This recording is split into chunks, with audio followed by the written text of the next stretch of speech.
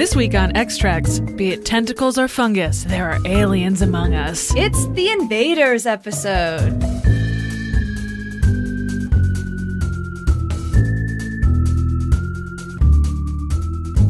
Welcome to Extracts, a podcast where we introduce each other to our fandoms one episode at a time. I'm your host, Erin Cline, and X-Files spooky bitch. And I'm your other host, Stella Cheeks, a slut for Star Trek the original series. Each podcast, we pick 2 episodes that fit a cinematic theme, watch them together, and then record our feelings. Our theme this week is Invaders. I chose the Season 2 episode by any other name. It's a classic Star Trek episode where non-humanoid aliens take the form of humans to invade our galaxy only to be foiled by their inconvenient human emotions. It's not my favorite episode plot-wise, but it is a fantastic character episode. You want to see Spock being a manipulative bitch, Bones doing questionable medicine, Scotty getting drunk AF, and Kirk doing sex magic TM? Well, this is the episode for you. And for the X-Files this week, we're jumping back to Season 2 with the episode Firewalker. I picked this episode because there's 2 layers to the Invaders idea with this one. One is the mysterious silicone-based life form lurking around a volcano murdering people, but the other is the people coming into the volcano since it's hot as fuck in there, and really, aren't they the ones who are invading this life form space? Also, Bradley Whitford is in this episode, and it's like a volcano-inverted version of ice, so of course I wanted to make sure we fit this one in. Real boilerplate, easy one for me. All right, ready for digging in there, Mr. Spock? Yes. Weird energy this week, everyone. Yeah, I'm just going to put this context in here so that people are like, whatever, before we throw to dig in there, Mr. Spock. We haven't recorded an episode of Extracts actually for months. Like almost 4 months. While there is no time jump for you, there's a huge time jump for us because Erin, spoiler, had a baby. Woo, had a baby. So this episode is very much us trying with our training wheels again. Yeah. So be kind. The last episode was very good. This one will be what it is. Now are you ready for digging in there, Mr. Spock? I am. Let's do it. We came in answer to your distress call. It's very kind of you to respond so quickly, Captain. Now, you will surrender your ship to me. And now for a quick-ish episode summary. The episode opens with a landing party consisting of the Triumvirate and 2, spoiler, unfortunate red shirts, beaming down to a bomb-ass uncharted planet in response to a distress call. On the planet, they meet 2 humanoids who thank them for their help and then demand that they turn over their ship. Kirk naturally says, no? But unfortunately for Kirk and his crew, the Kelvins have a paralysis device on their jaunty little belts. Rohan, or Rojan, depending on what part of the episode you're watching, the leader of the Kelvin crew, explains to Kirk that they originate from the Andromeda galaxy and that they are on a quest to find suitable planets for conquest. You see, their galaxy is going to be unlivable due to some space science or whatever. I wasn't really paying attention to that part. They were sent on a generational ship, but it was destroyed when they crossed the galactic barrier. So their big plan is to steal the Enterprise and push it back through the galactic barrier. Foolproof plan! After his villain monologue, Rojan unfreezes the landing party, and Kirk tries to reason with him, but Rojan, like a true colonialist, doesn't care about diplomacy. He exists to conquer. He orders Kalinda, the sexy lady Kelvin, to imprison them in a nearby convenient cave. While in the cave, Spock uses his long-range Vulcan telepathy, yeah, sure, whatever, to lure Kalinda into the cave where Kirk knocks her out with a Kirkian karate chop. I'm going to trademark that. Unfortunately, Kirk is immediately paralyzed when running from the cave. He miscounted the men. To punish Kirk, Rojan turns the red shirts into little D&D dice and crushes one of them in the palm of his hand, effectively killing Yaomin Thompson. First female red shirt death. Yay! Equality! Back in their comfy cave, Spock tells the girls, aka Bones and Kirk, that when he was in mental contact with Kalinda, he saw that they were not humanoid at all. Their true forms are actually giant tentacle creatures, but they have taken the form of humans so that they don't get stuck in the turbolift. Tentacular. Back on the ship, the Kelvins use the Enterprise crew to cross the galactic barrier, surprisingly easily, and despite Kirk and Scotty's plan to blow up the ship, they succeed. To celebrate, the Kelvins turn everybody except Scotty, Kirk, Bones, and Spock into chalk-like dice, rudely leaving them on the floor, and tell Kirk to can the shenanigans. all hope is lost. Or is it? Spock remembers from his brief time in the mind meld that in their natural form, the Kelvins have very weak senses and emotions. But as humans, they are susceptible to human sensations. How can 4 men take out 5 Kelvins equipped with paralysis machines, you ask? Overwhelm their alien senses with booze, snark, stimulants, and sex. No better ship in the fleet for this task. The aliens naturally succumb to their human emotions and agree to relinquish control of the ship back to Kirk. After all, by the time they got back to their planet, they would be almost completely human. Better to stay here in the Alpha Quadrant, immersed in their new emotions, and send a space telegram back to Andromeda. Abrupt ending. I could never be an audiobook narrator. That is so hard. What did you think about this episode? I really liked this episode. Yeah, you were having a real good time watching this. It was very funny. I was not expecting it to be so funny. Part of it is that I guessed right before it was going to happen that this was what was going to happen. That it was like, ooh, what are we going to do? Time to get out all of our tricks, which is, like you said, Scotty gets them drunk. Kirk is like, ooh, sex magic time. Bones is like, let me shoot you up with some drugs. Now's my time. And Spock is like, time to play some snarky chess. Like, it was the perfect combination of all 4 of them. I love that everyone else has been turned into these chalky, weird dice. Yeah. And so it's like, here are these 4 dudes who have very specific sets of skills. And how are they going to use these specific set of skills? Well, immediately, too, when they're coming up with a plan to, like, overwhelm them with their senses, Scotty just slams his hands on the table and is like, I got it. and, like, he doesn't even say anything. And you were like, well, time to get out the booze. Yeah.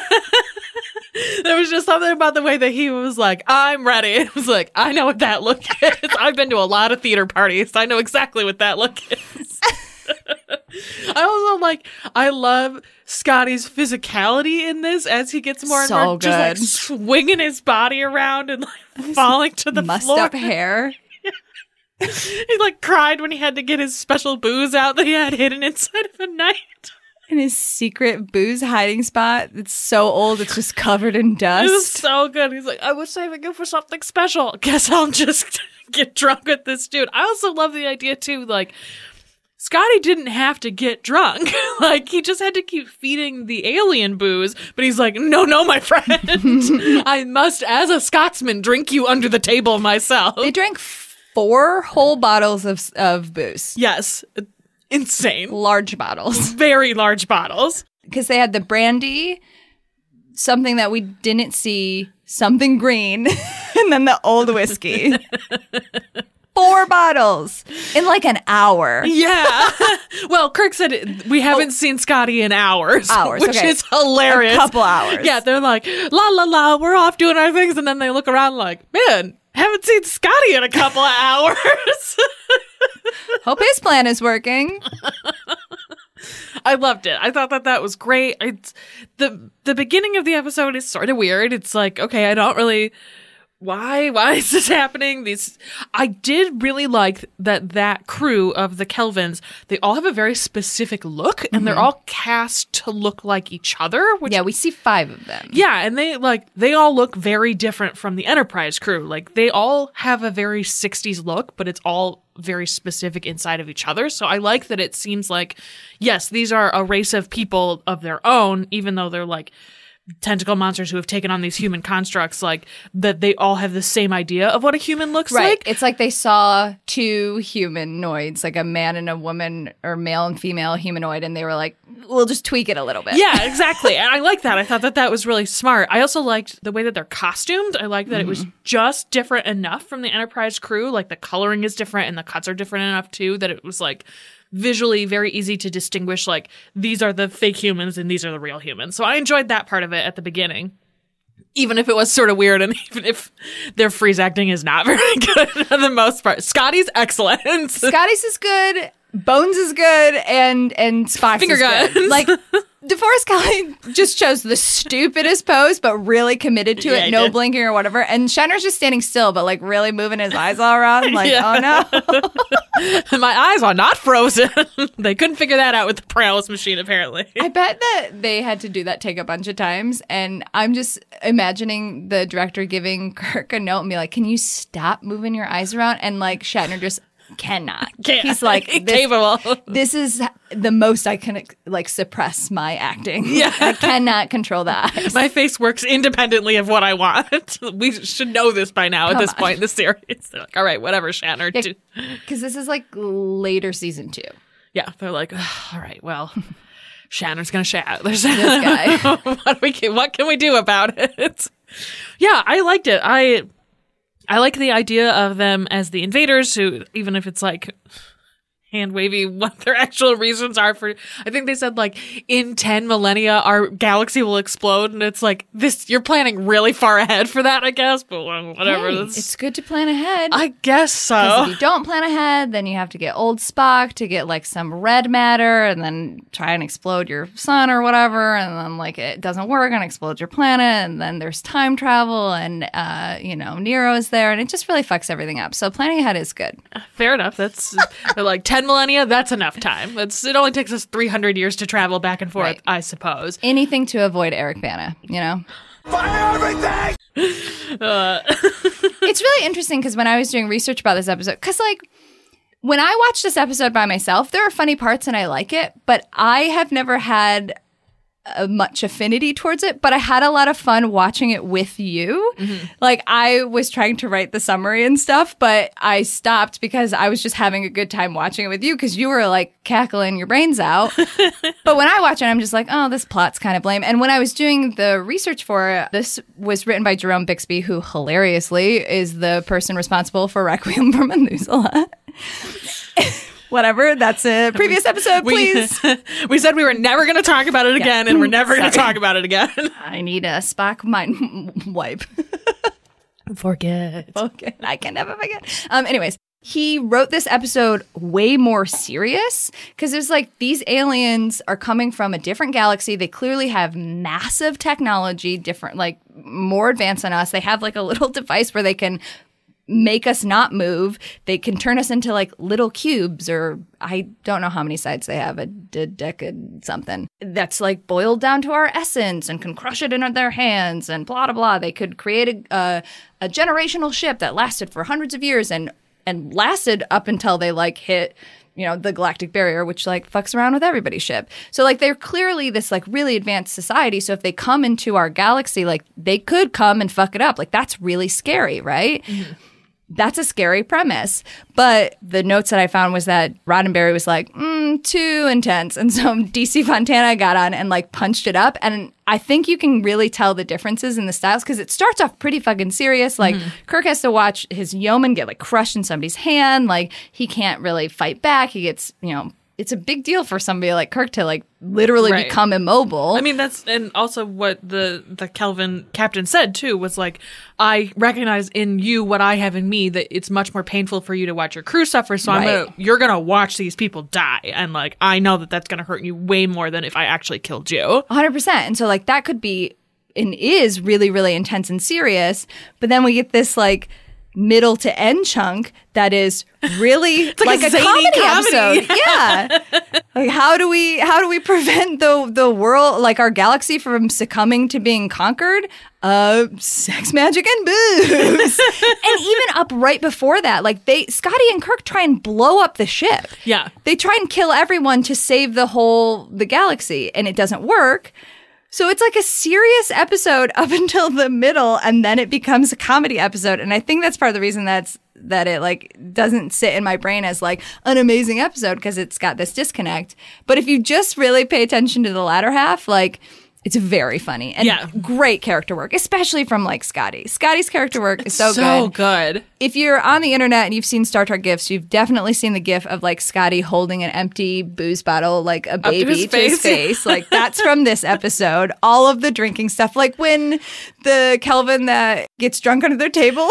That is the most wild character or acting choice I've ever seen. He drinks, he sits there, he like shakes a little, throws his head back, knocks himself out on the table, and just falls to the ground. It's so good. It's insane. But also, it's kind of a terrible acting choice, but also if you think about it, if you are a big tentacle alien smushed into this little body and your body stops working, like jerking around like a robot and then knocking yourself out, kind of makes sense. Yeah, it's not like he's bound by how a normal human would be like, whoa, I'm feeling this. He's just like,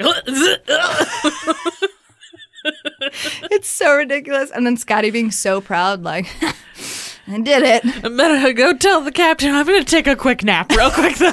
So I'm gonna hold this little machine in my hand and take a little nap. It's fine. It's okay. That amount of alcohol would have killed both those men. Yes. Absolutely. Especially because at least one of them was like in Star Trek canon or whatever, a known alien alcohol that's like of higher alcohol content. Also, I think if you drink like 500-year-old scotch, you're probably gonna die. There's like a window where it's like really aged and good, and then there's like past that window where it is like poison. Right? I mean, all alcohol is poison, but yes, I understand. Yeah. I get what you're saying. Oh, man. Now I'm looking at my notes. What other things did I like about this? The scene with Christine, that was great. Oh, my God. Yes, the scene with Chapel was so good. They, like, to bring Spock in, and they're like, oh, we're gonna pull one over on the Kelvins, even though they all wound up back on the ship anyway, so it seemed kind of pointless to do this weird. I didn't even put it by summary. I was like, whatever. Yeah. But we have to talk. Okay, let's talk about this scene with Chapel because it was amazing. I love her just being like, what the fuck is going on? Just like rolling her eyes at them like, are you sure you want another vitamin supplement? I guess. Well, because they drag like an quote unquote unconscious sick Spock into medical bay and Bones is like, nurse, get me, whatever, this thing. And she's like, are you sure? And he's like, just get it for me. And so she brings it, and then he's like, give me another one. And she's like, are you? And he's like, just get it. Like, she keeps trying to question him. He keeps cutting her off because he doesn't want the alien to know that like this is fake. But such good acting from Majel Barrett because she like looks at him and is like, okay, she does it. And then as they're panning over to Bones and the alien talking, you just see her do this really epic eye roll. Yeah. like these fucking guys. Why do I have to be involved in this? It was just so ridiculous. I really liked that. As soon as she showed up, I was like, here we go. My favorite character. But before we get up to Spock up there, Spock does Vulcan trust fall, which is so good. That was the first moment where it was like, I do think this episode is going to be good. Yeah, because their big master plan, was to use the Vulcan telepathy through the wall, which we see a couple of times, which is still weird and not good. I mean, I think my favorite fan canon about that, I don't know if I've talked about it before, but it's that like because Spock is, half human and half Vulcan, that his telepathy works a little bit different and in different ways, that it's more powerful, so he can do like wall telepathy instead of having to be in physical contact, that's hand wavy and I accept it, but it is still weird. Yeah. So their first plan is like, let's get in her mind, have her come in here. And that's when we see Kirk just do the worst like neck chop and have her pass out for like 10 seconds. Yeah. And then they get caught. And so that plan doesn't work. So the second plan is, okay, Spock, you're sick. And Spock's like, I am not. Like, no, but you're definitely sick. Wink. Wink. Because Vulcans can do that thing where they like shut down their body and go into a trance. And Spock's like, yes, we prefer that to talking to you humans. So he's like, okay, just give me a second, I'll do it. And he's just standing there. And then his eyes roll in the back of his head. And he just flops over. Right into Bones, who's like, oh, jeez. Which is the Vulcan trust fall. But we were making jokes that it would be incredible. Like, can you imagine Kirk and Spock being in like a lover's quarrel and then Spock just piecing out in the middle of it and being like, I'm going in a trance. His eyes roll back and Kirk's like, oh, fuck, no. Oh, he did it again. And the best part of it too is that Spock explains like, we do this because we find it more restful than what you humans call a vacation. So like the idea too that they're in this fight and then he's like, you know what I would like to do? Relax. Anywhere but here. Peace. I like the idea of like Bones walking into their quarters while like Kirk is holding Spock and Bones being like, you guys were arguing? Did it again, Kirk being like, oh yeah. It's very good. Oh, fuck.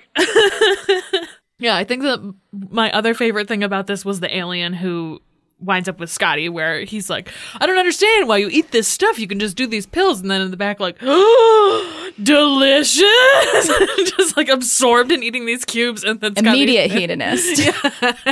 And then Scotty being like, I know what to do. It's very good. I just love that, like, once they make the decision to be like, okay, they're not used to human sensations, we'll just overwhelm their emotions and sensations, that they truly, all four of them, just break off into their, like, to their essence. Yes. Right? Scotty's like, I'm gonna get this dude drunk as fuck. Bones is like, well, I've been fucking around with some new stimulants. This one has been making people really angry, so I'll just shoot him up with, like, anger juice and tell him it's for his good. 3 fucking rounds. Yeah, you see him coming out to Rojan and being like, I don't like the way you're taking over the ship, and also I don't like the way that we're doing everything. And Rojan's just like, go to your quarters. He's like, you're not my dad. Like, very funny. Spock is like, let me play chess and just neg you into jealousy. For real. Just no emotions. Just Vulcan negging. It seems that your lady friend prefers to hang out with my gentleman friend. How do you feel about that? Also, you're terrible at chess. What are you doing on the bridge? My job? Where's Kirk? Fucking your girl?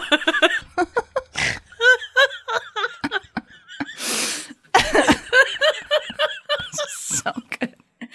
And then Kirk is like, well, there's a lady here, so we know what I'll be doing. But I also love the fact that she just no-sells him at first. He comes in and is like, I'm sorry I hit you. And she's like, why? And he's like, well, because I don't usually hit women. And she's like, why not? And he's like, oh, you just don't generally do that. Can I kiss it and make it better? And she's like, why'd you do that? And then he kisses her on the mouth and she's like, why are you doing this? Oh, you're trying to seduce me? Sus. Very good face acting from Shatner, too. Just be like, she's like, I've been studying you. And he's like, me? Me specifically? Do you know my sex magic moves? I don't know if it's going to work if you know the moves. I mean, I'll still try it. And she's like, no, I've just been studying your literature. You guys just, like, love talking about a really basic biological thing. Why? And he's like, we enjoy it? It feels really nice. She's like, I don't know. Sounds fake to me. And she kisses him again and is like, eh. And then he just leaves and she's like, you like this? He goes, I did. And just fucking leaves, dejected. But then she comes back to him and is like, so I'd like to try to apologize more. Because that's what he says, like, kisses an apology. And then the like light on his face, he's like, still got it. Yeah. But I like in that moment, too, where Rojan comes in and is like, what the fuck is going on? And Shatner's like, peace. I did like this. Goodbye. And that's the seeds for him becoming jealous, is that he experiences this human sensation because she kisses him and he's like, oh geez, what's all this? And then that leads into the negging scene where it's like, oh, now I've experienced this like affinity and attraction for this now human woman, and like, how dare this dude take my girl? Like, I also love that scene that we get with Rojan and Kalinda where Rojan's like, you can't see Captain Kirk anymore, okay? And she's like, I'll do whatever the fuck I want. We're literally like giant tentacle beings. We're superior to them. Why are you afraid of this dude? And he's like, well, you can't, I'm your captain. You can't see him anymore. And then he grabs her arm and she just like slowly looks at his hand on her arm. like the audacity of this bitch. And he just like lets go and is like, oh, what the fuck is happening here? I like how, because she could easily have been a baby woman, right? Mm-hmm. Like, I don't know how, have never had this body before. What are these boobies? What's happening? Oh, sex? Like, it could have easily been, like, baby woman, and it wasn't. She was still very, like, competent, and her, like, vocal choices of having very little, like, inflection worked really well in the same way that it works for, like, a Spock character. I really liked Kalinda's character a lot. Mm-hmm. And I feel like, I don't know anything about the actress, but I feel like a different actress could have maybe not done as good as she is. I think she's really perfectly cast. Yeah, I thought that she did a great job. Honestly, I thought all of the guest actors did a really good job, including the woman on the bridge who no one fucks with for some reason. Yeah, I can't even remember if she has even a line. I don't think she has like one line maybe. Yeah, I don't know, but she takes over for Chekhov. Yeah. And then while the other four are just fucking around on the ship, she's piloting the ship. She's doing everyone's job, basically. She's the only one, because there's 5 Kelvins and 4 Enterprise crew that are not dice or whatever. So there's like one person not being fucked with. Right. Well, she's experiencing the human motion of isolation and why are these bitches so incompetent? Yeah. Which, to be fair, is enough. That's true. She's learning what it's like to be a human woman.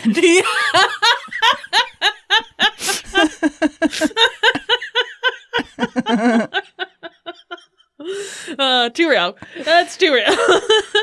Yeah, those are my thoughts about this. I really enjoyed this episode. You guys both were like, oh, this is a very mid episode. And then I watched it, was like, this fucking rules. Yeah, I like it a lot more having watched it with you. That's another fun thing about this podcast. Yep. There's some episodes that I'm like, oh, I don't really like it or whatever. And then watching it with somebody who's never experienced it, it's like, oh, maybe this is good. Yeah. Mm-hmm.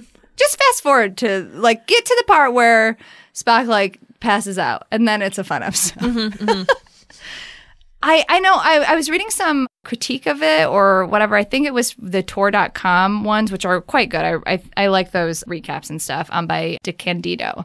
But he was talking about how he thought it suffered from not being super serious, that like he thought that the idea of the aliens coming in and being so powerful, like that should have been a serious episode. And like that's my least favorite part about this. Mm-hmm. Like I like the fun stuff.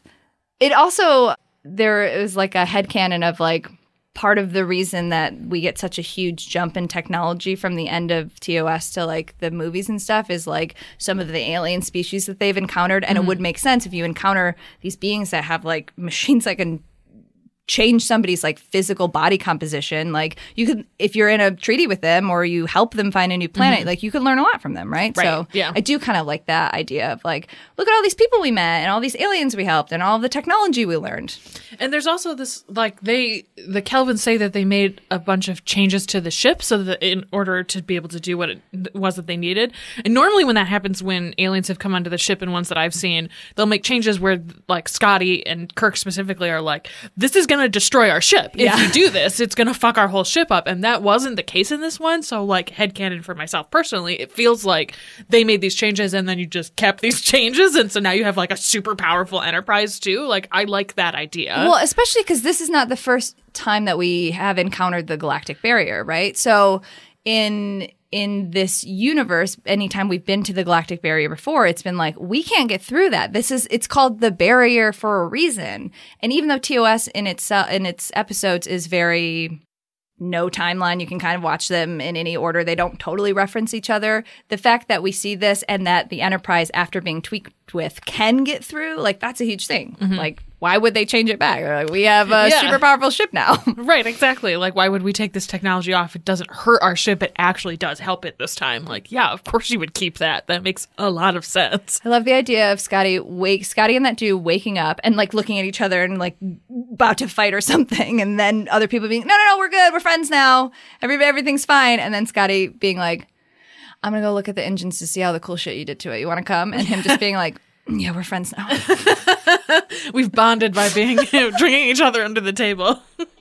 So the both the medicines that McCoy uses, they just like one is called stokeline and one is called formazine. They're just like words that he used. They don't really talk about it. But shout out to James Blish because he's the one that would take this stuff and turn it into novels and be like, let me just explain this a little bit more. So stokeline, James Blish in Star Trek VI, the novelization is like, this is a multivitamin compound. So now we're explaining that we just shot this Vulcan up with like a bunch of, vitamins. And then formazine is a stimulant that is supposed to like be an irritant. So I don't know why you would have a stimulant that's an irritant, but I'm just headcaning that sometimes Bones just like tries to come up with new speed and tests it. And he's like, ooh, this one makes everyone really cranky. We won't use that one. Yeah.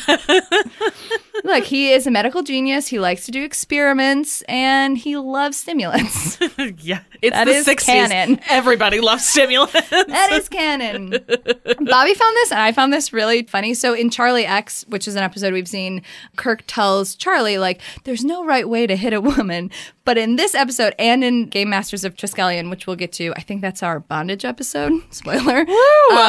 Kirk specifically uses this like karate chop, and it's like, there's no right way to hit a woman, but if you do, it is a karate chop to the neck. This is an effective way to hit a woman. Yeah, I mean, don't do it, but if you do it, it's a karate chop to the neck. That's the proper way to hit a woman. From behind. So that scene where Scotty is drinking with the dude, there's that moment where Scotty, he's like, giving him the third bottle, I think. And the guy's like, what's this? And Scotty just looks at it and goes, green.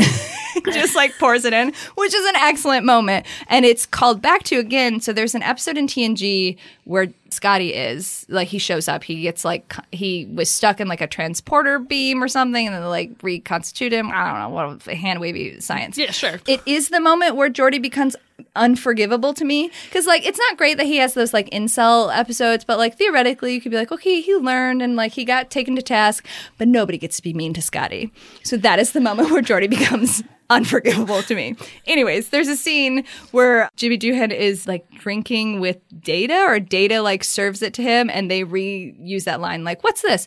It's green. Or I think Data says it is green, because androids don't use contractions, I guess. I don't know, whatever. But I just love that like that dumb line in this like kind of random episode just gets brought back, because it's like, it's really funny. It's really funny. It's really memorable. It's like a perfect encapsulation of Scotty, this like super competent, like genius level dude, also just like fucking likes to drink. It's great. I love it a lot. Obviously, the title is from Romeo and Juliet. They love Shakespeare. I do love that scene though of her being like, "What is this?" And he's like, "It's a flower." Like he's really upset. He just watched his crew member die. "Oh, it's a flower." And she's like, "I like it." And he grabs it and crushes it. Quotes Shakespeare, "By any other name would smell as sweet," and then just crushes it and throws it to the ground dejectedly. And she just looks at him like, that was all weird. Just like, she also no-sells it. And she's like, is this normal for humans? I guess. I'm gonna go pick some more flowers. For real. There's more over there. It's not like you killed the only one. So, okay, whatever. Yeah, it wasn't even like a mean thing to do to her. He was just like having so many emotions that he had to crush the flower and the life in his hand. Like Rojan crushed his like Yaoman in his hand. I also love the idea that, like the kiss and how, like, this is how you apologize, but she just totally misinterprets that's what you do with flowers. She just picks them and then just crushes them in her hands. On the new Kelvin Society, we crush flowers in our hands. That's the effective way to that's how you accept them. And you kiss people when you apologize. That is Kirk's contribution to their society. Prime Directive, who? And then the last thing that I found that I thought was really interesting, they were talking about like, what should we do with the alien device when like they turn them into whatever. I don't really know what to do with that. And they were coming up with different things. And Roddenberry was in somebody's office and he spotted a dodecahedron. Yeah. Nailed it. On somebody's desk and was like, that, just turn them into that. Just like that shape. That seems like a good shape. And they were like, all right. Why don't we turn them into that? Props department. I like that. I like that behind the scenes stuff is like, we didn't even think of this. We just put it on there. We like that shape. We like that color. We like that random shot. Like I think that's neat. Film making. Woo. Ooh, film. Yeah, I have a new appreciation for this episode because of you. Yay, I'm glad. Yeah. That's what this show is all about.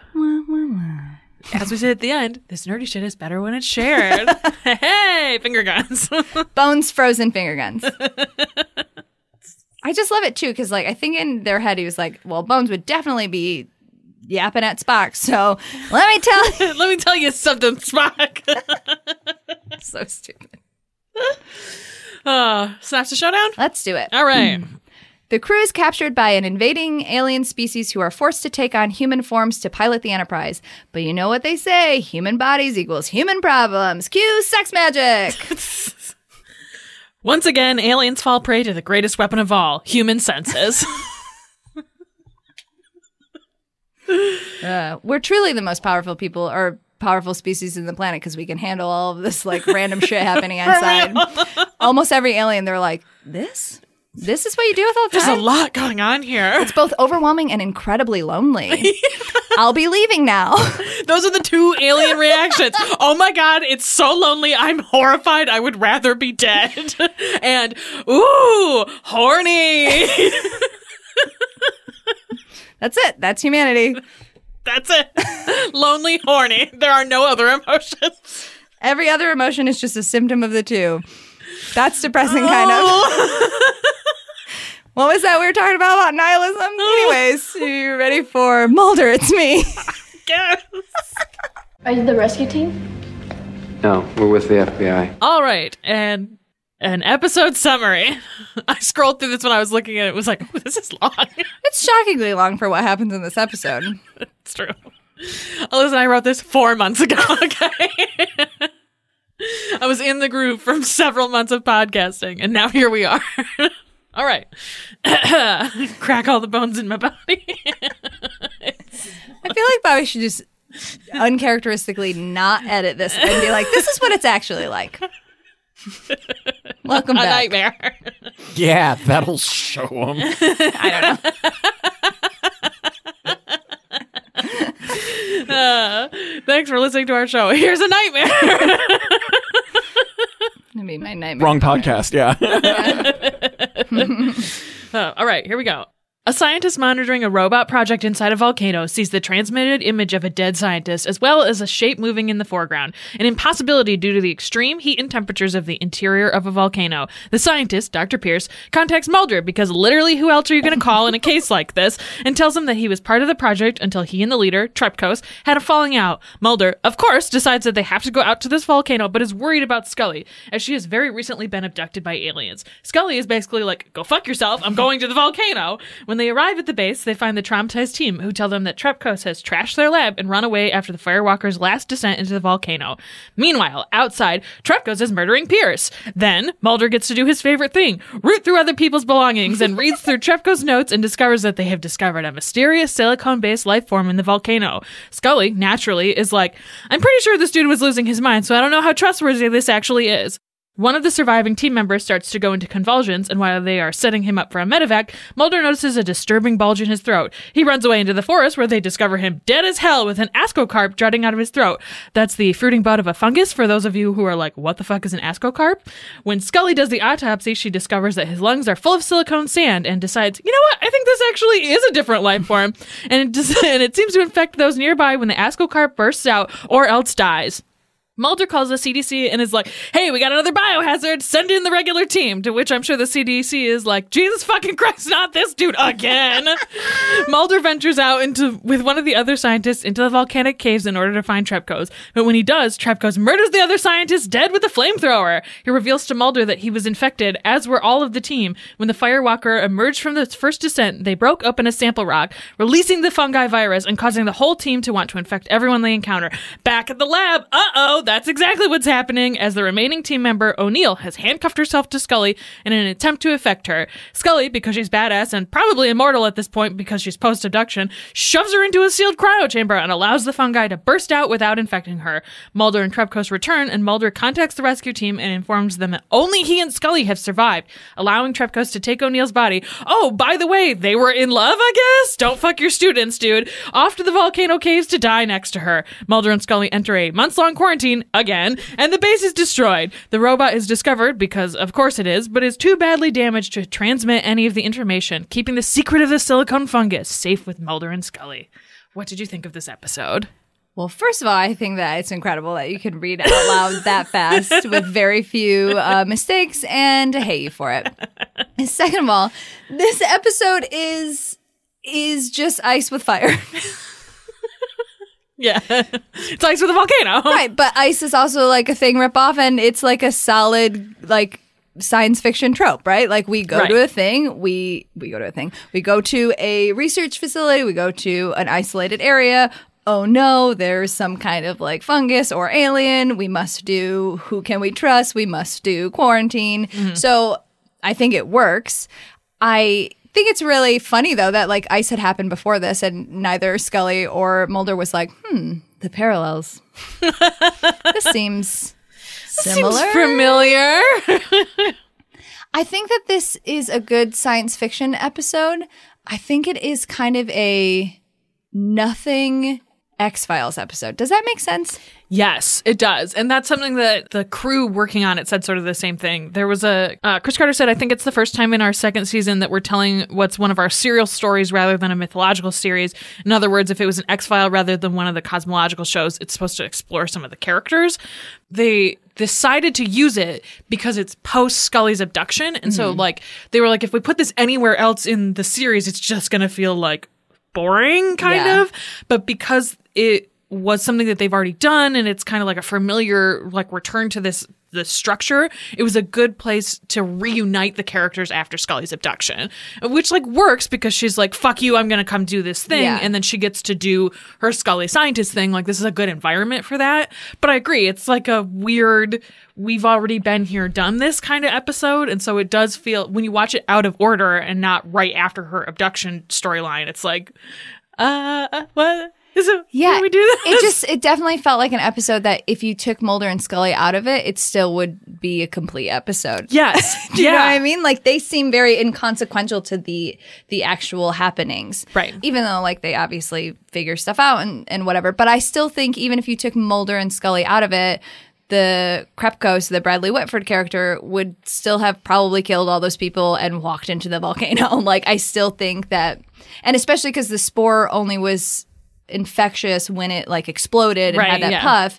Even if somebody found the base later after all of those people were dead and Krepkos like, I don't know, jumped into the volcano or whatever, there wouldn't have been any infection or whatever. So it would have just been like, wow, don't really know what happened here. I guess this is just like a modern day scientific Roanoke. What happened? We don't know. Goodbye. Yeah. Mm-hmm. So I do think that is interesting, especially in terms of X-Files episodes that we've watched, but also like knowing about X-Files like writing and lore and stuff. Like, it just feels basic. Yes. In it's not bad. It wasn't an episode where I was like, oh, this is bad. Like, I think that the acting is actually quite good on it, especially from the guest actors. Like, it's very weird to see Bradley Whitford as like scientist John McClane, but like it works, I guess. Yeah. And then the three actors that were like infected, they did a good job of being like sus and weird. And like, you clocked right away, like, what the fuck is going on with these people? Like, it is very weird, and they did a really good job with that. This is definitely,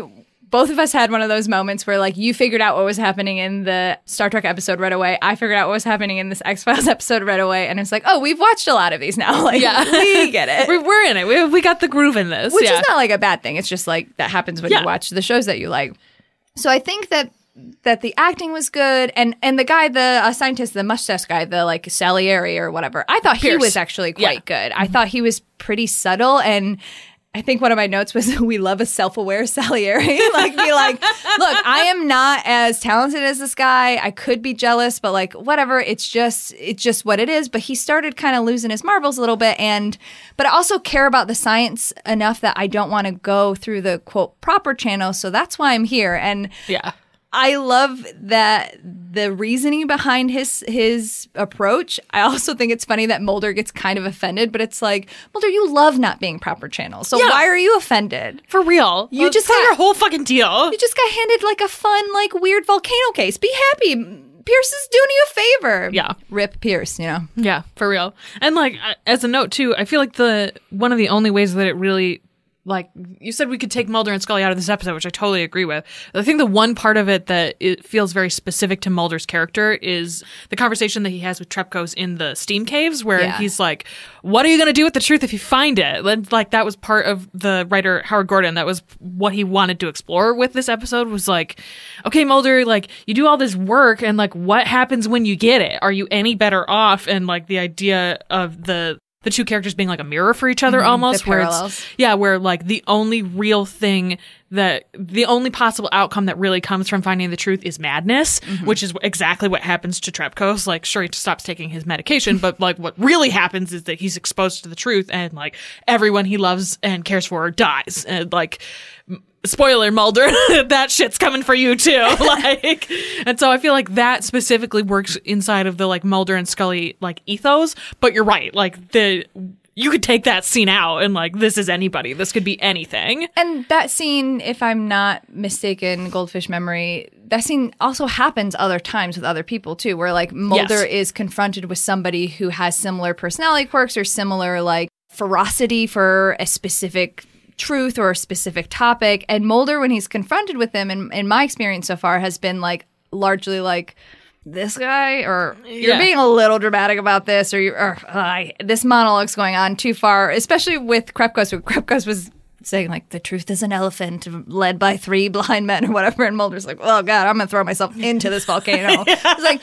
well, the reason you don't like it is because this is you. Yeah, exactly. There's this like half second old Mulder's like, God, is this how people feel when they talk to me? I'm sure not. Nope, I'm definitely cooler than this guy. My analogies are way better, and I have a lot of files to back it up. That's why he keeps the files, to be like, I do sound maybe unhinged, but look at all of my paperwork. Like, okay, the paperwork is also unhinged, but thanks for doing your homework, I guess. Yeah, so the plot of this episode is fine. It does work. There's good acting, good atmosphere, but it does just feel like, okay, this is an episode. We have certain number of episodes to hit, throw it in. I do see how maybe upon my chronological rewatch, it will feel like a good Scully's back, dipping our toes in. And I think the character stuff between Mulder and Scully are really good, like how he is protective of her and is more concerned about her well-being in a way that he wasn't in like season 1. At all, yeah. At all.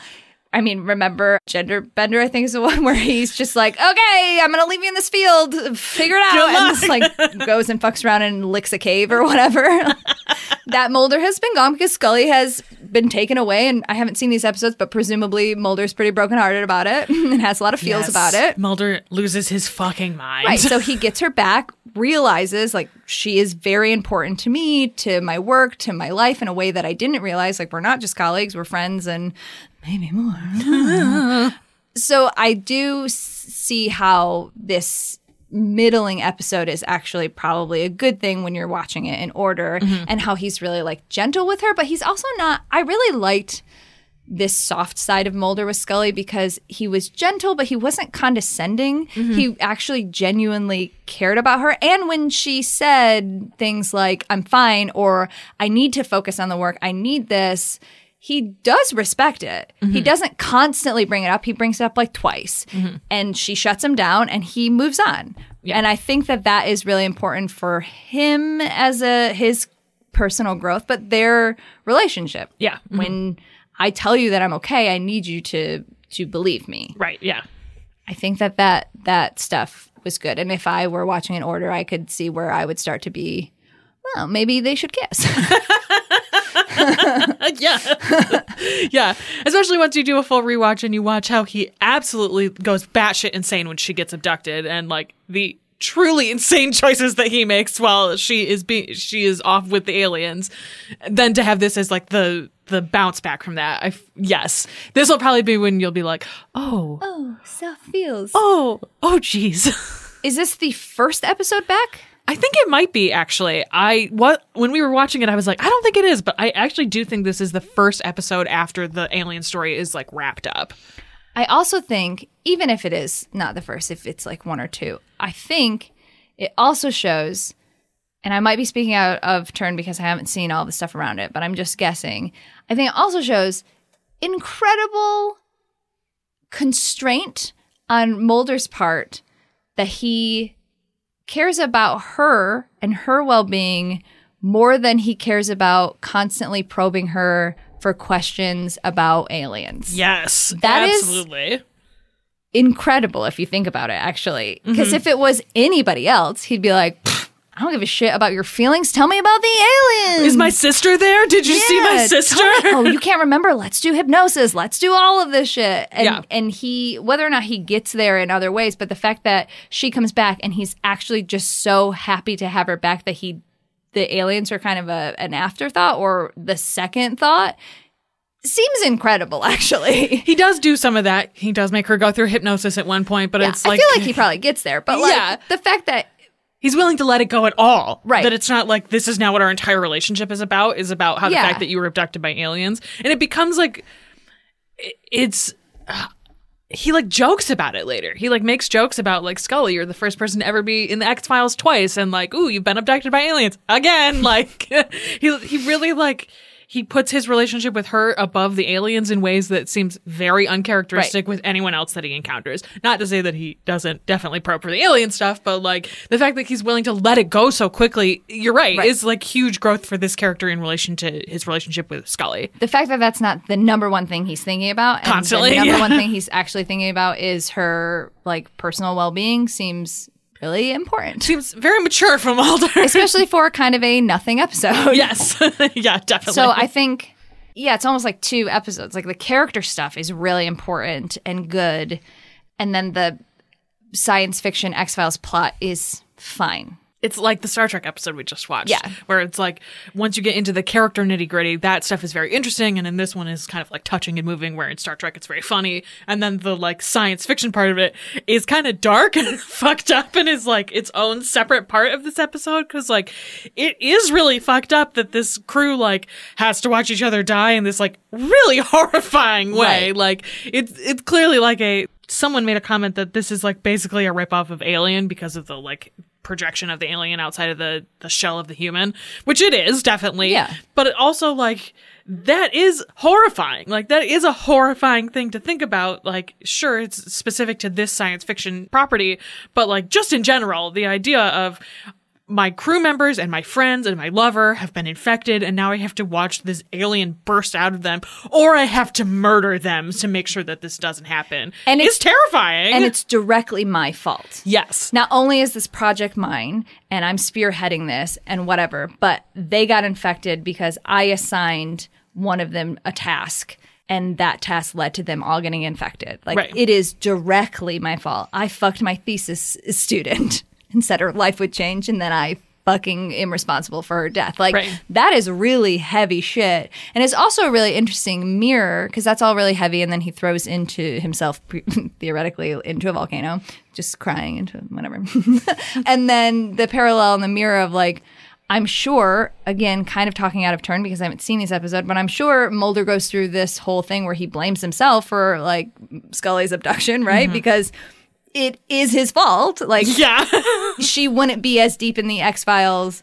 I mean, without even knowing the plot specific, she wouldn't be as deep into the X-Files without his influence. So it is directly his fault. Right, yeah, totally. So having those 2 parallels is interesting, even if it's a meh episode. Yeah. It's like, talking about it makes it seem like it's a way better episode than it is. Yes, totally. Which is it's funny. Not a bad episode. It's not bad. It's just, spoiler for the end of this episode. It's fine. Like, it's a fine episode. It's it would, if this was the first time we saw this plot, I think it would be a better episode. Right. But because, again, we've already seen this plot. And it's really like, close. Like, to have this trope in season 1 and 2, it would be different, I think, if it was like season 1 and season 7 or whatever. Like, yes, because you can, and you do in sci-fi and fantasy and stuff, repeat tropes and elements because that's just the nature of the thing, and you can add different monsters and characters and stuff. But the fact that it's so close, like they're even in the same kind of like fashion and whatever,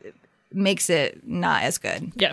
Yep, I would agree with that. So the plot of this is actually inspired by a real NASA project called Project Dante. So NASA... Like the Inferno? Yes.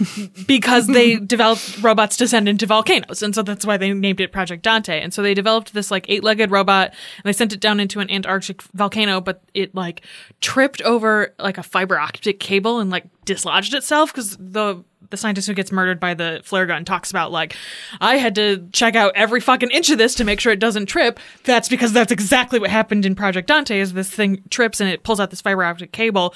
And because of the time that they were doing this experiment, much like with the actual episode Ice, there's a storm that comes in real life for this project. And so they literally can't get there in time to fix it before it's destroyed to the point that they can no longer use Project Dante, the robot, anymore. But NASA still considered it a success because it showed that you can transmit images from inside of high heat environments like a volcano and that you could make a robot that could survive something like this. And that's why we have the robots that we send to space now, because specifically of Project Dante, cool. Which I found super interesting. And like, that's sort of what they're talking about in this episode, Pierce when he first gets there. And then later when they talk about how they retrieve the robot, like we put billions of dollars into these, and it's really important that we like check and make sure that did this work? Were these compromised because of what's happening with the people here? Was it because it like fell over in a volcano and like, did this still work anyway? Like, that's very closely related to what happened in real life. So like, I personally also find that very interesting that this is like based on this very cool project that then leads to this like very cool space stuff, because I love space. It's amazing. I think the character of Pierce is so well written in terms of parallels to like real life stuff. Like you said with the Dante, think about like science collectives and like NASA and stuff now, right? They build all of these really intense robots and projects, and it costs billions of dollars. And you know, part of being a scientist is building something, trying something, testing something, and sometimes it's going to fail, right? Mm-hmm. But there's so much pressure, especially nowadays, on these organizations to not fail, because it's very easy for our government to be like, well, that failed, so you're never going to get any money ever again. Right, yeah. And so the fact that this dude realized, Pierce, the character, realizes like, not only do we put all this money into it, but I can't go through the proper channels because they are always just looking for an excuse to pull our funding. Yep. Is super disheartening, but also really accurate, right? Because we can build fucking drones and bombs and stuff, and that don't work, but it's like, man, fuck it, build another one. But if you make a mistake building a volcano robot, you're like, well, I guess you'll never do that again. Yep. Find a new job. Yep, exactly. Absolutely. Very disheartening. Fun critical review of this. Entertainment Weekly, the review described it as insultingly bad, noting that the episodes seem to be ripping off both the first season episode Ice and the 1979 film Alien. And so people were like, ugh, this episode sucks. But like, again, I don't think it's that bad. No. It's fine. It's a fine episode. And like, again, I think the guest acting in it is really good. Yeah, I think all of the acting in this episode is really good. Yeah, absolutely. It does sort of still seem like Bradley Whitford's in a different movie or a different TV show because he's really going for it, but he's good at it. Well, he's also like, he is having an untreated bipolar episode, and in also the middle of a volcano, which is probably melting his brain a little bit. And they've also been isolated for 8 months, and now everyone in his team is no longer who they were before. And so I can see how that would drive you crazy. Right. And he feels a moral obligation to murder his friends. Right. And he feels responsible for the fact that he brought them here and that he now has to murder them. So like, I can see how that would fuck your brain up a little bit. Yeah, and also like, he's burnt to shit. We like never really figure out exactly how that happened, but like, he is fucked up. This dude has been like living in these steam caves, and it has fucked his ass up. So like, I could see how he would be like, none of us can ever leave. I'm gonna jump in the volcano with my lover once she's dead, of course. So like, yeah, he's going for it. Yeah. He's at a different level. He's where Mulder normally is. yeah, fair. It's so interesting to me, the critiques of the X-Files. Yeah, I've come to realize, like, people who watch these live just have a very different feeling for a lot of this a lot of the time, because you experience it week by week. I feel like we were talking earlier about Lost and how when you watch it week by week, it's fucking maddening. Sure was. But to watch it as a bingeable experience apparently is very enjoyable, because you don't have to think about, like, what the fuck is this mythology doing? And X-Files is really similar to that. And to watch 11 seasons where you're like, what the fuck is going on here? I can understand how people have different reactions to these kind of episodes. And to people who get into seasons 6 and 7 where it becomes more madcap and funnier and a lot of it is more Monster of the Week, how people who watched it live are like, I hate these seasons. Where someone like me who binged the whole series is like, these are the greatest episodes ever written. Like, they're just totally different experiences. And so I feel like this episode falls into those two camps too, where it's like, okay, I can appreciate this as a standalone episode in certain ways, and once it fits into the greater mythology in a different way. But as someone who's watching it live, to be like, what the fuck is this? I guess it depends on what you're going into it for, right? Like, if for me, when I was watching Lost, I was, trying to put together the pieces and the mystery or whatever. But if you're binging it, theoretically, you're more invested in just like the character development and like things like that, which is how we specifically watch the X-Files and Star Trek. It's like, what are they feeling? Yeah. I don't care about the science. What are the feelings doing? Yeah, exactly. Yes, exactly. All right, that's it. Synopsis showdown. Yeah. Scully and Mulder trek into a volcano, discover a new life form, watch everyone around them die, all just to wind up in quarantine again. A genius man's hubris gets his entire team killed, but it's okay because he looked hot doing it. Mulder and Scully are honestly kind of irrelevant to the plot in this episode. Oh, perfect. All right. Deep Throat's mission logs? Let's do it. Yeah. You have more? All I have is a bottle of very, very, very old scotch. Whiskey! Well, I will try it. I'll get it! Whomst among us has not had an untreated bipolar episode in a volcano? It's very relatable. Okay, starting with Star Trek by Any Other Name was teleplay by DC Fontana and Jerome Bixby, story by Jerome Bixby, directed by Mark Daniels, like we had talked about already. One source notes that the basis of this episode can be found in Gene Roddenberry's first ever produced science fiction script, The Secret Weapon of 117, which we talked about previously because it stars Ricardo Montalban. This is where they worked together previously before working together on Trek. Bixby based his teleplay for this as well off of By Any Other Name, a short story he wrote and published in 1950, which was originally called Cargo to Callisto. In the story, 4 Martian criminals with the ability to take over human beings and assume their shape and mannerisms use that ability to escape from a Martian prison and flee the planet. The story's protagonist realizes that his wife and 2 friends have been taken over and finds the Martians' bodies, kills them, and thus restores the humans they'd taken over to normal. That's not how that works. How would that work? That's not how that works. But it also has like Martian Manhunter vibes. Yeah, kind of, yeah. On Mars, we can shapeshift. Ooh. This, of course, was heavily inspired by Who Goes There by John W. Campbell. What's that? Which was, of course, the basis of The Thing from Another World and The Thing, where a thing comes from another planet and takes over people's forms. You guys listen. Yeah, okay. You Plug for Spooky 30s. If you want to know more about The Thing, Oh, listen yeah. to The Thing episode of Spooky 30s, Yeah. starring me and Bobby Hoffman. Oh, no. I'm starring. Furthermore, in the Star Trek interview book, Jerome Bixby told Alan Asherman that he originally wrote the episode in a rather more serious vein, which we talked about, but that in depicting the potential end of the human race, he failed to heed producer Gene Roddenberry's warning to avoid getting wrapped up in the immensity of it all, the universe, as it were. As a result, like we said, DC Fontana rewrote the script as a more lightweight episode. She said, make it horny. I know what Gene Roddenberry likes. Bixby's original script had the Kelvins, then called the Devanians, execute 10 Enterprise crew members by opening the shuttle bay doors and letting them get sucked into space. Wow. That's Kirk was Battlestar Galactica shit. Yeah, there's like a lot of like, you know, it's a trope, right? Red shirt death, ha ha ha. But they're usually like done in very silly ways where like, oh, we got shot by a phaser and I fell, not like, bye. Kirk is put through immense torture. There's some forced breeding by the aliens. Oh, fuck. It's dark. Breeding for slavery. Yes. Good Lord. Fun on a bun. So Bixby's a really cool, fun guy. Mirror Universe, Requiem for Methuselah, torture, fun, Jesus. normal, well-adjusted man. basically, once again, we are in DC Fontana's debt. She's amazing. Yeah. She made this into a pretty fun episode, Yeah. I think. This was also the only episode done by cinematographer Keith Smith, who was replacing Jerry Finnerman, who we've talked about a bunch in the past. Smith was the director of photography on Mission Impossible, filmed next door to Star Trek at Desilu Studios at the time.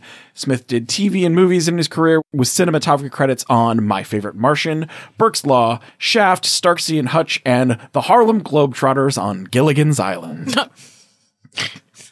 Great. This is also the first and only time we see Scotty's quarters. We get to chill in his bedroom for a bit. We see, of course, decorations include a red and black tartan kilt, a sporran, the traditional Scottish fanny pack, bagpipes, a large Scottish targe, medieval armor, a claymore, and a wall plaque. You know, just Scotty things, really. I love the idea of Scotty just being like, I need a claymore. I love the idea of him getting really drunk and inviting, like, being like, oh, Bones, let's go drink in my quarters. And they're drinking. He's like, have I ever told you about the history of this claymore or my family history? And Bones is just like, every fucking time, tell me about this. Some extended universe stuff. Gone Native is a short story in Strange New Worlds 9, which was a collection of short stories written by John Coffran. It involves a lot more of what happens to the Kelvins after this. Another Kelvin comes to them named Prefect Tamar and arrives on the planet that Rojan and the rest of the Kelvins have settled on in the Milky Way. Tamar insists that preparations for the invasion of the Milky Way galaxy by the Kelvin Empire must continue. Rojan argues that they should not. Rojan says he's sent this huge bomb to the Kelvin Empire, which ends up just being the peace treaty that they talked about here is kind of a joke.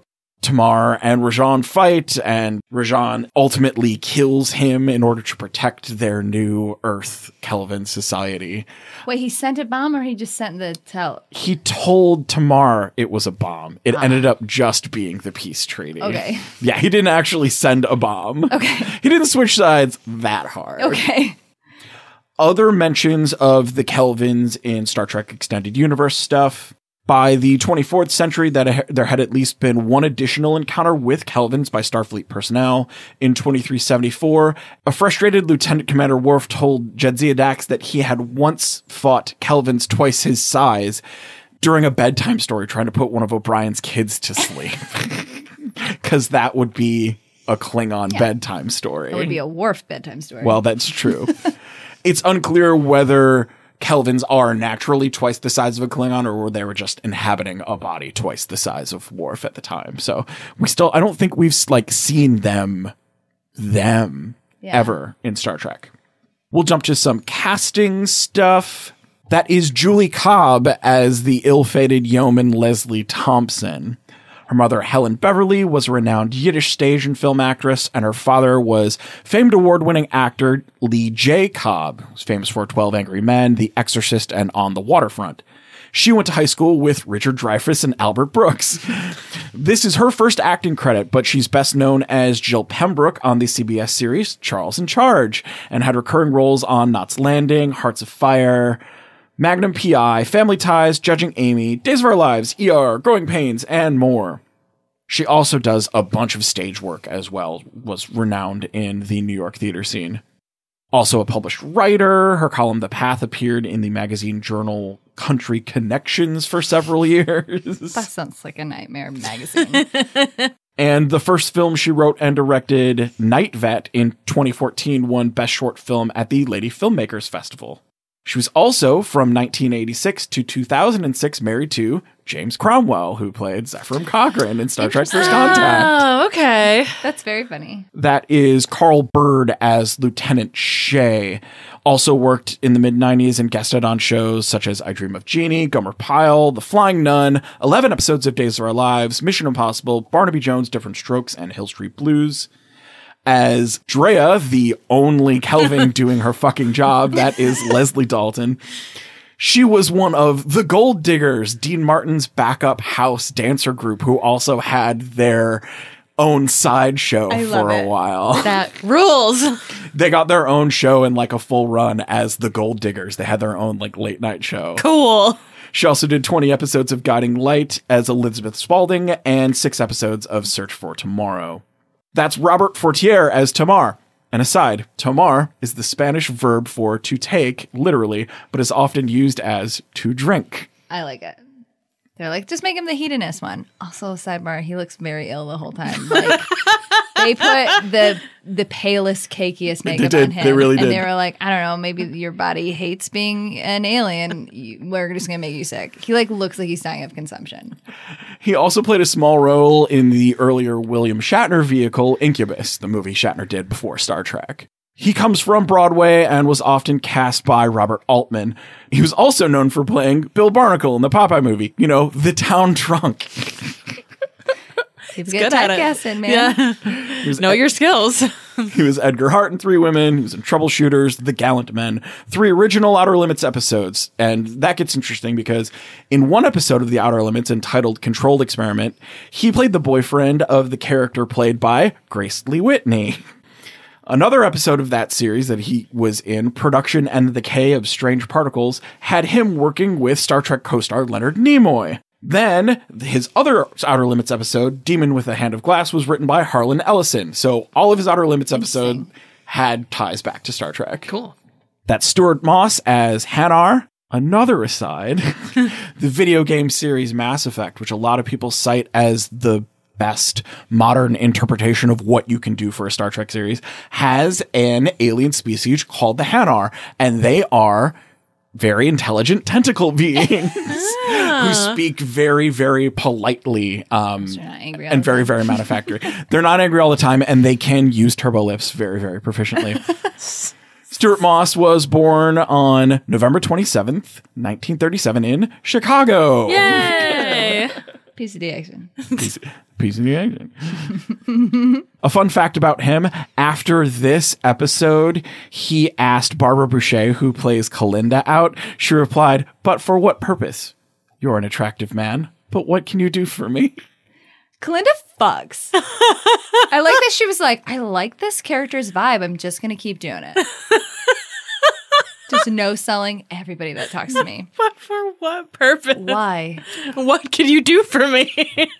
Of course, we've already seen Stuart Moss. We've talked about him previously. Butter knife. As Butterknife Man in The Naked Time. And that brings us to Barbara Boucher as Kalinda. All before the age of 5, she had left German-occupied Czechoslovakia, got separated and reunited with her family in an American refugee camp, and immigrated to California, where she starts an acting and modeling career. Her acting career starts as a background dancer on the KPIX Dance Party, as well as an extensive modeling career with several covers under her name. Very aware of her sex appeal, her first film roles were very sultry parts in Harm's Way, Agent of Harm, and Ursula in Fosse's Sweet Charity. She then goes on to take the role of Miss Moneypenny in Casino Royale. She gets sick of Hollywood in 1970 and moves to Italy, where she has an extensive career in comedy horror movies. Dope. She also, after turning down Stuart Moss, goes on to marry a very, very storied Italian film producer, Luigi Borges, as well. She starts her own production company. She opens her own health club with a line of fitness videos, has 2 kids who also work in the acting business, and is still acting today, quoted as looking for more serious, meaty roles. She wins. She fucks. She's awesome. Rules. That is awesome. That brings us to Warren Stevens as Rohan, Commander Cowell, who is most famous for playing Dr. Oslo in the early sci-fi classic Forbidden Planet, one of Gene Roddenberry's stated inspirations for Trek as a whole. One of Stevens' earliest films was 1951's The Frogman, in which he co-starred with Jeffrey Hunter, who played the original Pike. His early life saw him enroll in the Navy at 17, but found an interest in acting while at Annapolis, where he did summer stock for like 12 weeks. After a stint in World War II as a pilot, he starts focusing on acting more, joining the New York Actors Studio and getting noticed by Hollywood for his role on Broadway's Detective Story.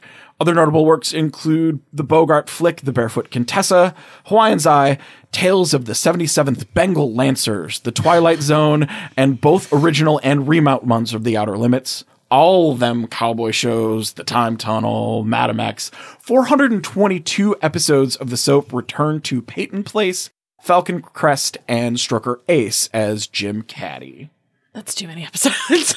It's too much anything. It's a soap, though. So, like, once you get in that rhythm of, like, showing up, filming your scenes, and going home for the day, like, soaps are a grind because you're doing them. You're working on them constantly. Yeah. But depending on what you're doing, you get short shooting days. Yeah. Still. Those sets stay up there.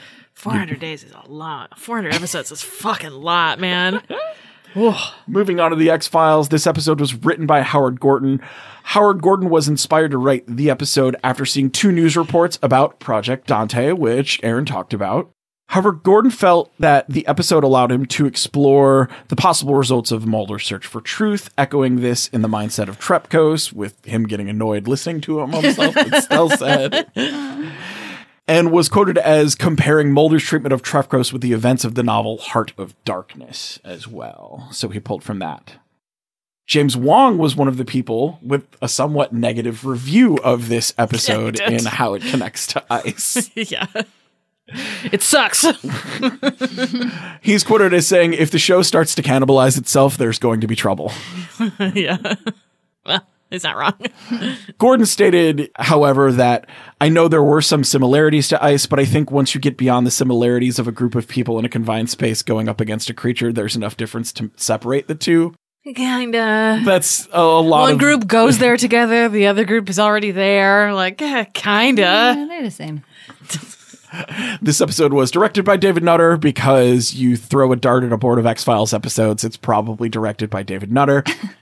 As the mountains of the Cascade Range were too far from Vancouver to serve as the location, the film crew settled on a nearby forest that had a partial view of the mountains.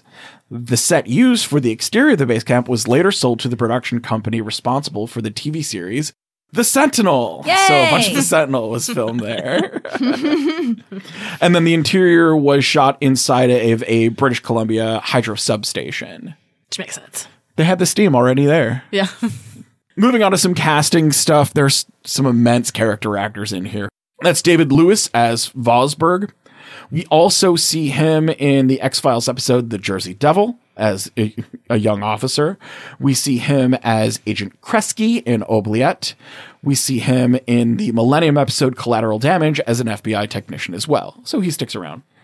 Best known to most Canadians as the dad in a series of commercial for telecommunications company Rogers and for TD Bank. His career started with this role, as well as roles on SG-1 and The Outer Limits and Smallville, and then he becomes just one of those mainstay Canadian character actors who has a very long list of credits because it's cheaper to film in Canada than here. Some of those include John Doe, Dead Like Me, Butterfly Effect 2, he was Mitch on The L Word, guest spots on Eureka, Harper's Island, Part Motive, Agent Weedle on Dirk Gently, Lawrence Hartley on Unspeakable, Lance on Morning Show Mysteries, and recently Mayor Mitch Green on Resident Alien. Briefly in this, we see David Kay as a reporter.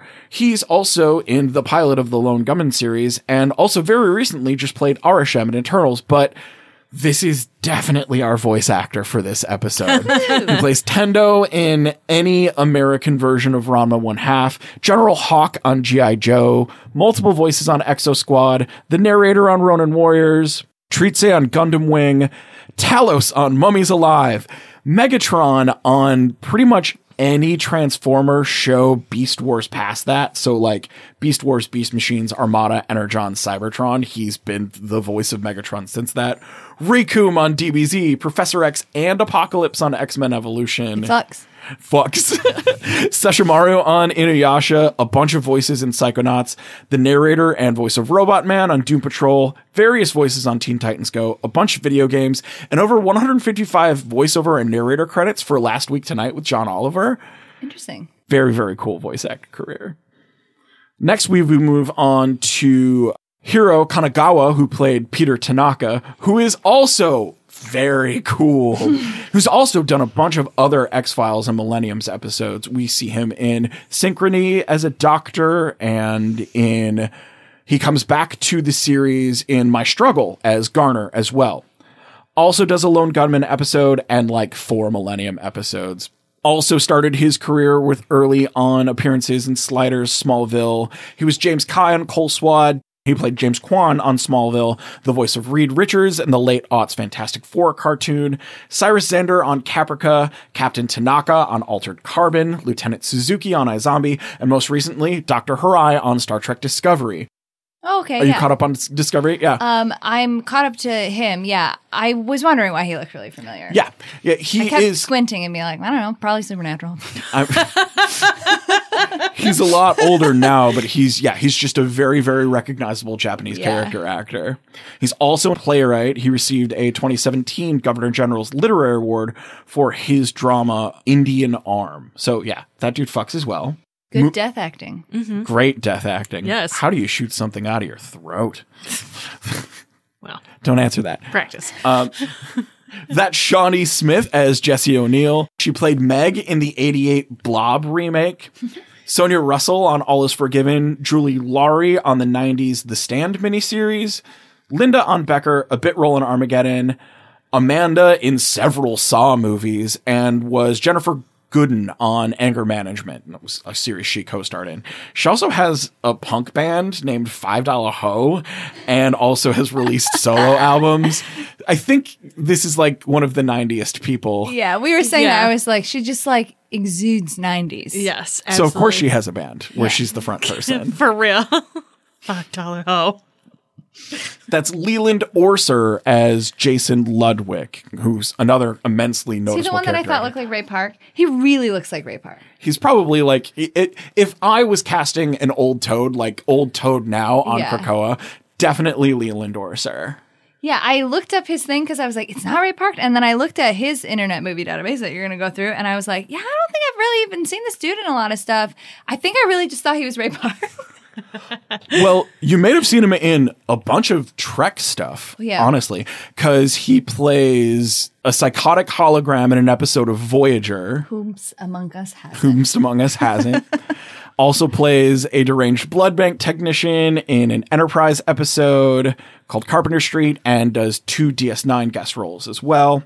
And a bunch of other like neurotic psycho characters whose work in Seven and Independence Day, Alien Resurrection. Come on, it was fun in camp. NYPD Blue, who's Richard Thompson in The Bone Collector, Welch in Daredevil, Dr. Dubenko on ER, Father Romero on Ray Donovan, and was most recently Stratton on American Gigolo. That's Tuck Milligan as Dr. Adam Pierce. He's Theo Whitney on The Doctors, has done guest roles on Chicago Hope, ER, As the World Turns, One Life to Live, State of Play, and has done a bunch of stage work as well. He looks a lot more suited for soap operas without the mustache. Yeah, in my head I was like, I would not have clocked him as a soap opera guy. No, you trimmed that up. He's got like a very classic look. Okay. I can see that. And then, of course, that's Bradley Whitford as Daniel Trepkos. It's Bradley Whitford. I didn't know he was from Madison, Wisconsin. That's cool. I didn't know that either. He was married for a while to Jane Katzmarak, who plays the mom on Malcolm in the Middle. I didn't know that.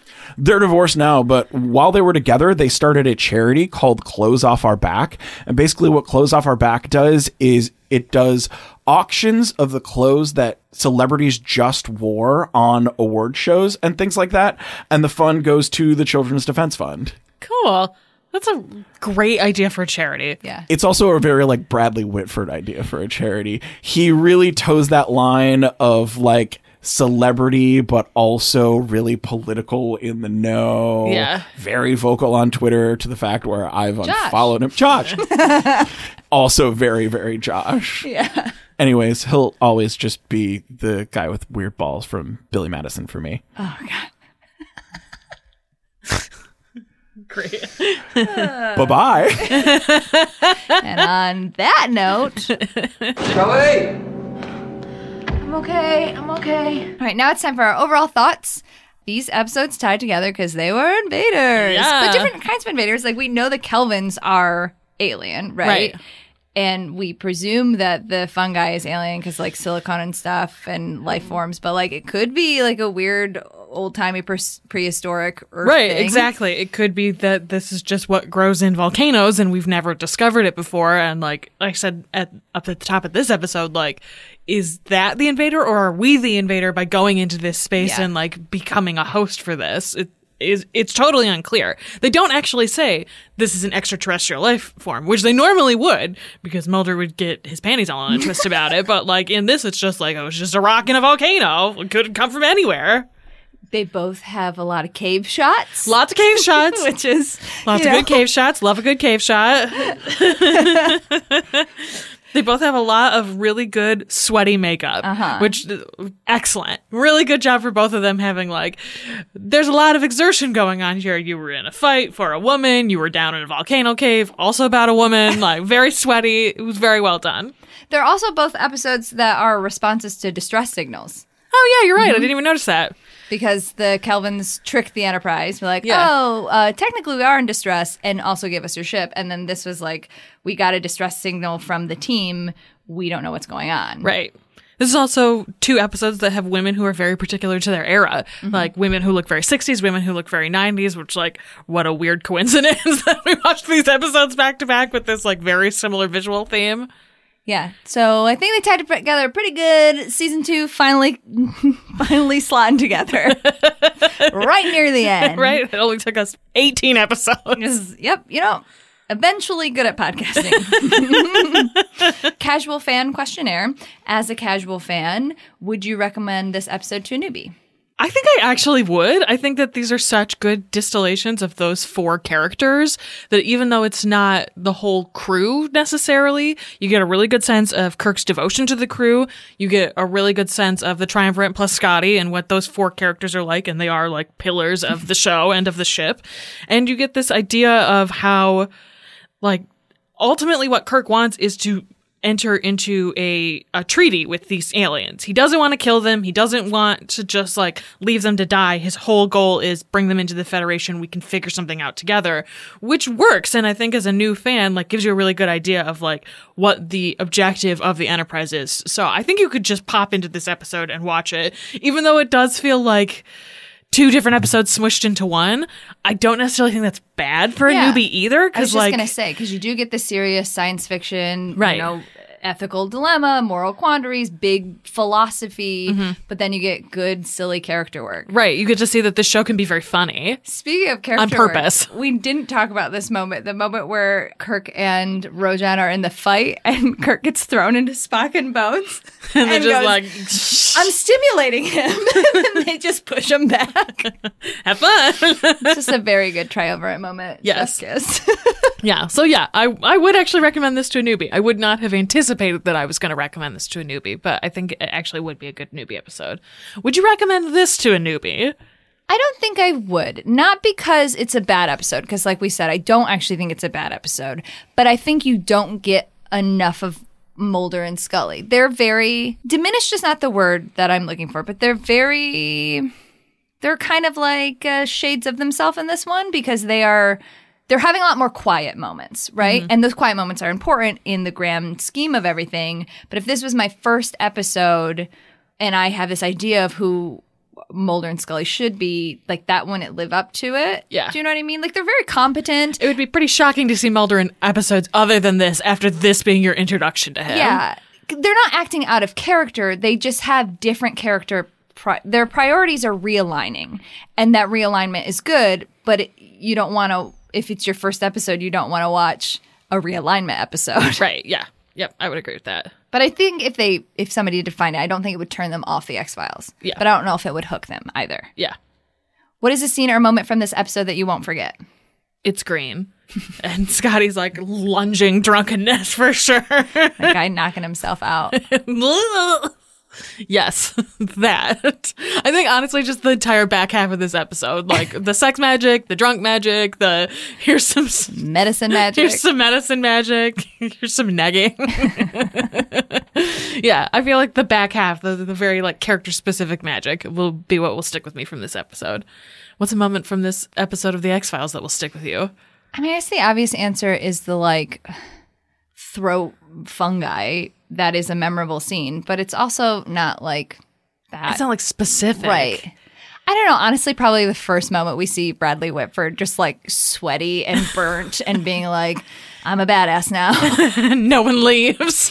No one leaves. I mean, the first time we see him, other than the tape of like, this is who he was, he pops out of the woods, puts a extension cord around Pierce's neck, chokes him out, whispers menacingly, and then snaps his neck, looks around in the dark woods, and then scampers off. Like, that's a pretty memorable introduction, especially because Bradley Whitford wasn't, like, famous then, but he was still, like, top billing. Like, he's still, like, starting to become a famous person, right? Mm-hmm. So to be like, oh, Bradley Whitford's on this episode. Oh, my God, Bradley Whitford. Yeah. Because this is pretty out of character for a lot of the roles that he takes. Yeah, I would agree with that. Who you shipping? I don't know. This wasn't a very shippy episode. Even that like moment with the triumvirate, it wasn't like, ooh, now kiss. It was like, I didn't really feel that. I didn't really want anyone to kiss in this episode. This wasn't a very kissy episode. Other than all the kisses that happened. Yeah, I guess if I wanted anyone to kiss, I wanted the two Kelvins to kiss. Like, weirdly, I was like, I want these two to end up together, which they do. Mm-hmm. She's like, yeah, I mean, Kirk's fine, but I would rather be with you. And he's like, like, I liked that. I thought it was very charming. Are you shipping Mulder and Scully in this episode? I think this one, again, because we see how Mulder is treating her differently, again, not condescendingly, which I think is really important, but in a way where he is starting to acknowledge that he cares about her in a different way than other than this is my partner, this is my colleague, I feel like is very important. Mm-hmm. So yeah. Yeah. Kiss. Kiss. Is this a fuck, fine, or a flop? I think this is a fuck minus. Because, like, the madcap part of it is a fuck, for sure. Yeah. And, like, parts of the Kelvin are a fuck. It's just that it feels so incongruous with the very beginning of the episode. And also, like, it's weird that planet, it looks like the Alice in Wonderland planet. The shore-leave planet. Yeah. And so that also gives you this, like, disproportionate sense of how the episode is going to be, and then you get this like very dark premise, but then like just kidding, it's also very funny. Like it's weird, it like fits in together strangely, so I feel like that keeps it from being like a full fuck. But I think I'm solid fuck minus on this one. This is a solid fine. This is solid fine. This fine. It's fine. The most fine you can be. Yeah, it's very fine. Extremely fine. Extremely fine. Fantastic. I'm fine, Mulder. I'm fine. I'm fine. Oh no, there's a fungus in my throat. I am dead. Jesse, none of us got infected. Okay. I can't imagine how she couldn't hear any of those noises. Like, you good? What's going on in there? Do you need a tampon?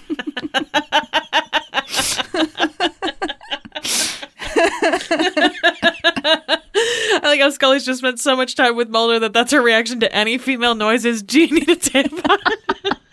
It's my new headcanon. Just fully does not understand how to talk to women anymore. I don't know how to talk to anybody except for Mulder and Skinner. Do you need a tampon?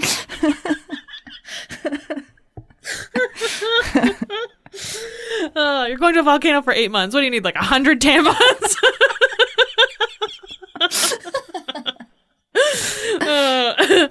All right, you can find us on the internet and follow us at NYD Productions on Twitter and interact with the show using the hashtag XTrexPod. You can find me at NYD Urgency on Instagram. You can find me on Twitter at Stella_Cheeks. And you can find me on Twitter at Haberdasher9K. You can also email us at xtrexpod@gmail.com with questions or comments.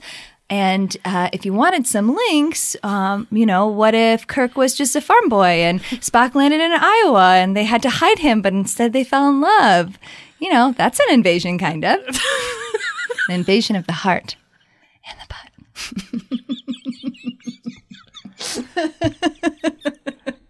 Welcome back! Just whispering and the butt directly into the microphone. And speaking of in the butt, if you want more behind the scenes action, like our script notes, outtakes, also access to our company Discord where we do things like a fun book club and wrestling live chats and all of that sort of stuff, you could get access to that and more for only $1 at patreon.com/NYD Productions. And don't forget to subscribe wherever you listen to podcasts and to tell your friends. We find this nerdy shit is better when it's shared. We'll see you next episode for Horrible Bosses. In the meantime, believe boldly. Seek truth. Ship proudly. X-Trex is created and written by Stella Cheeks, Erin Cline, and Bobby Hoffman, and produced by Bobby Hoffman for NYD Productions. Our show theme is Alien Spy by Ionix, and our show art was made by Jonathan Curtis. Well, there's no right way to hit a woman.